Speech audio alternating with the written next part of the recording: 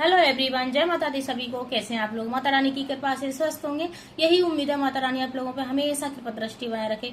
आइए जानते हैं धनतेरस के दिन हमें कौन कौन सी चीजों को खरीदारी करनी चाहिए और सबसे पहले कौन से देवता की पूजा करनी चाहिए, माता रानी का आह्वान कैसे करते हैं, माता रानी को घर में कैसे बुलाते हैं, किस प्रकार से हमें पूजा करनी चाहिए, कौन से तेल का हमें दीपक जलाना चाहिए जो शुभ रहता है, और सबसे मेन होता है धनतेरस के दिन हमें क्या क्या खरीदारी करनी चाहिए। आइए जानते हैं। सबसे मेन होता है धनतेरस के दिन हमें भोलेनाथ की जरूर पूजा करनी चाहिए। सुबह सबसे पहले उनका ही पूजा करनी चाहिए। अगर कार्तिक नहारे तो ठीक है, अगर नहीं नहारे तब भी नहा धो के एक लोटा जल लेके और एक दीपक लेके हमें मंदिर में जाना चाहिए। उस दिन धनतेरस के दिन भोलेनाथ के मंत्रों का जाप करना चाहिए। फिर हमें लक्ष्मी माँ के आगे भी एक दीपक जला के और उनको लेके आना चाहिए साथ में। चलो लक्ष्मी, चलो माता रानी, आज आपका दिन है, आप अब हमारे घर चलो, मेरे साथ चलो, अभी चलो। तो उनको लेके आना है, उनको आदर से लाना है साथ में और आदर से उनको बिठाना है घर में। बिठा के हमें पूजा करनी है माता रानी की। पूजा करने के बाद हमें और जब मंदिर जाते हैं उस टाइम हमें कुछ मीठा साथ में लेके जाना चाहिए, या सफेद रसगुल्ले लेके जाएं।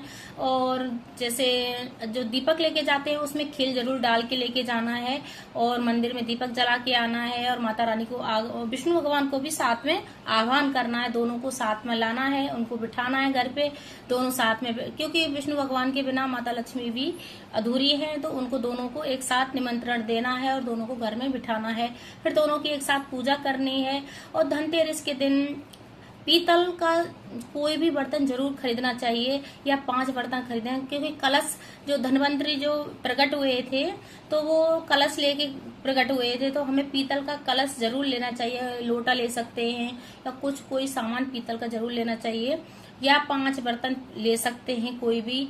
पीतल बहुत अच्छा माना जाता है अगर हम पीतल को धनतेरस के दिन लेते हैं। और उस दिन हमें झाड़ू जरूर खरीदनी चाहिए, तो 2 झाड़ू खरीदनी चाहिए, एक झाड़ू नहीं खरीदनी चाहिए। एक झाड़ू हमें मंदिर में दान करना चाहिए उस दिन। दान करना भी बहुत बड़ा महत्व होता है। तो जो एक सींक वाली झाड़ू लेनी चाहिए और एक जो फूल वाली झाड़ू होती है वो लेनी चाहिए। फूल वाली झाड़ू को तो अपने घर पे ला सकते हो, सींक वाली झाड़ू को मंदिर में दान करके आ सकते हैं। या आपकी श्रद्धा है, सामर्थ्य जो जिसका कर सकते हैं, पर मंदिर में दान जरूर करना चाहिए। सफेद चीजों का, कोई भी राशि वाला इंसान होता है उसको सफेद चीजों की दान जरूर करना चाहिए। चीनी है, घी है, या कोई जैसे घोड़े, बतासे, खील, कुछ चीजों का दान जरूर करना चाहिए। और अच्छे से सज संवर के हमें मंदिर जाना चाहिए। अच्छे कपड़े पहनना, उसे कलरफुल पहनना है, हमें भी अपना श्रृंगार करना है, तब हमें मंदिर जाना है। मंदिर से फिर अपने घर में आके माता रानी को पूजना है और उनका अच्छे से खिला पिलाना है, पूजा पाठ करनी है। 5 पान के पत्ते माता रानी को जरूर चढ़ाना है। मोंगरे की जो माला होती है वो जरूर माता रानी को चढ़ाने की। माता रानी को मोंगरे की जो माला होती है और जो गजरा बनता है वो बहुत प्रिय होता है, तो माता रानी को गजरा भी जरूर चढ़ाना चाहिए। और सबसे मेन चीज है कि उस दिन धनतेरस के दिन 13 दिए जलाए जाते हैं। उस दिन यम का दीपक भी जलाए जाते हैं। बहुत लोग 5 दिन यम का दीपक निकालते हैं, बहुत लोग नरक चतुर्थी को जलाते हैं, पर वैसे धनतेरस से ही स्टार्ट हो जाता है यम का दीपक। यम का दीपक जलाते हैं तो बोला जाता है अकाल मृत्यु नहीं आती है। तो हमें यम का दीपक जलाना चाहिए। आटे का भी बना के निकाल सकते हैं, या जो मार्केट में बड़ा दीपक आता है उसको भी निकाल सकते हैं। उसमें एक सिक्का डाला जाता है, एक कौड़ी डाली जाती है, और दक्षिण दिशा की तरफ हमें फेस करके यम का दीपक निकाला जाता है और यमराज का आह्वान करके।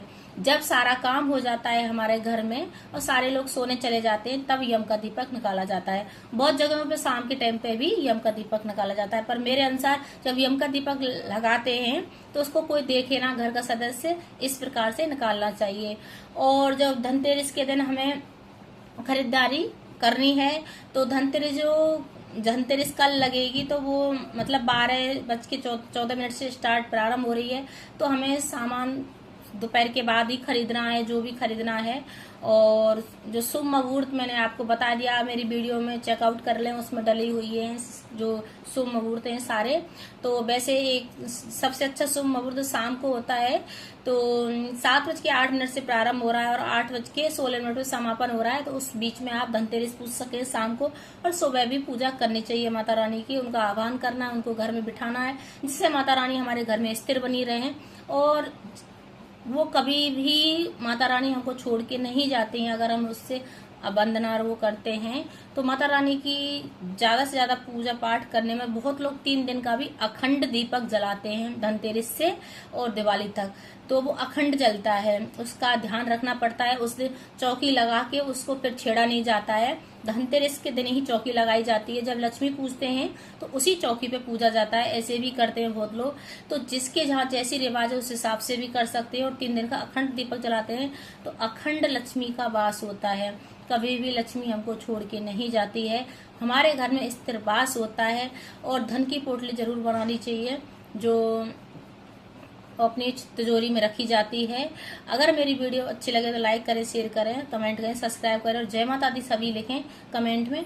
और सबसे मेन चीज होता है जो सुबह 4 बजे जो घर का जो डस्टबिन, जो कूड़े वाला जो बाल्टी होता है, अगर हम उसको डाल के आ जाते हैं तो हमारे घर की दरिद्रता सारी निकल जाती है। कहीं भी कोई कूड़ा घर है तो वहाँ पे आप बाल्टी समेत ही डाल के आ जाए। उस दिन दूसरी नई बाल्टी आप खरीद के लेके आए। ये भी बहुत अच्छा उपाय होता है। अगर कर सकते हैं तो कर लेना है आपको। और जय माता दी सभी को।